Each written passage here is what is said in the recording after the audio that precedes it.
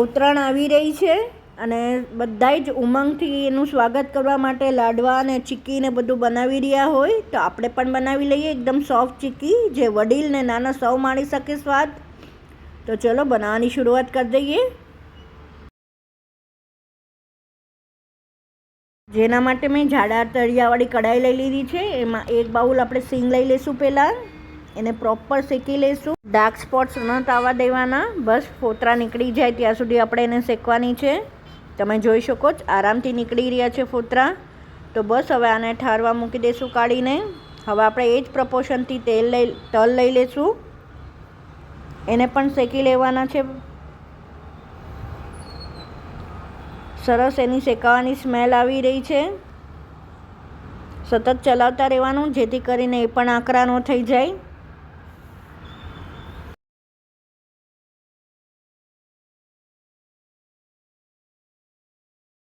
આપણે સેમ પ્રપોર્શનમાં હવે નારિયેળનું છીણ લઈ લઈશું. એ પણ શેકી લઈશું અને પણ સતત ચલાવતું રહેવાનું છે કેમ કે આમાં પણ ઓઇલ હોય છે એટલે જલ્દી ડાર્ક થવાની સંભાવના હોય છે. ધીરે ધીરે આનો કલર ચેન્જ થાય એટલે આપણે આમાં સેમ પ્રપોર્શનમાં એક બાઉલ આપણે દાળિયા એડ કરી દઈશું. આને પણ મિક્સ કરી લઈશું.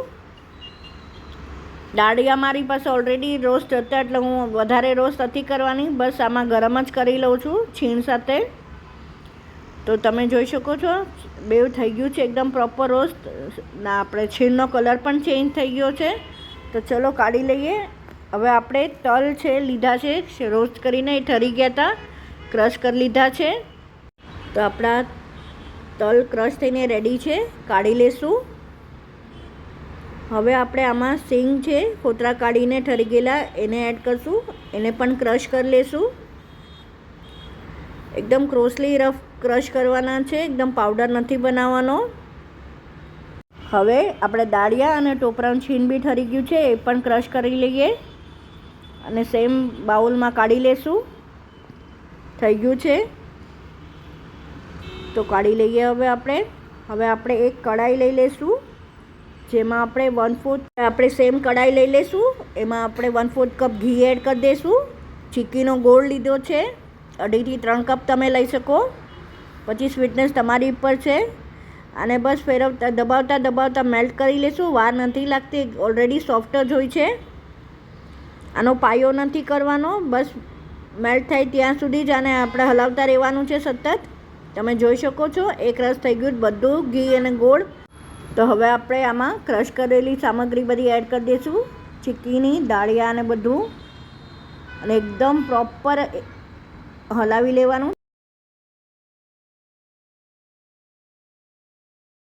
આમાં આપણે હવે 1 કપ મિલ્ક પાવડર એડ કરશું. સાથે વેનીલા એસેન્સ એડ કરવાનું છે 1 ટીસ્પૂન જેવું. મિક્સ કરી લઈએ બધું એકદમ, જેથી કરીને દાણામાં ગોળ કોટ થઈ જાય. બધું મિક્સ થઈ ગયું છે. તો ચલો હવે ચોકીમાં ઢાળી દઈએ.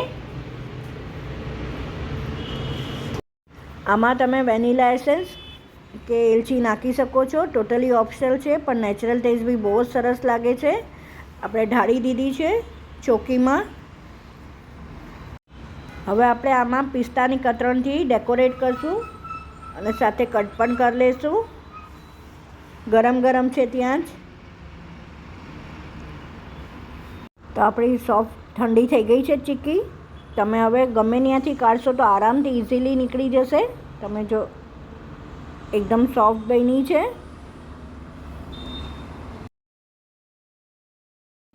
પાક વગરની એકદમ સોફ્ટ એવી મિક્સ ચીક્કી રેડી છે સર્વ થઈને. આઈ વિશ તમને મારી આ રેસીપી ગમી હશે. જો ગમી હોય તો લાઈક, શેર અને સબસ્ક્રાઈબ કરવા ન ભૂલતા. બસ આવી જ નવીન રેસીપી સાથે આપણે ફરીથી મળતા રહીશું. Till then by, take care.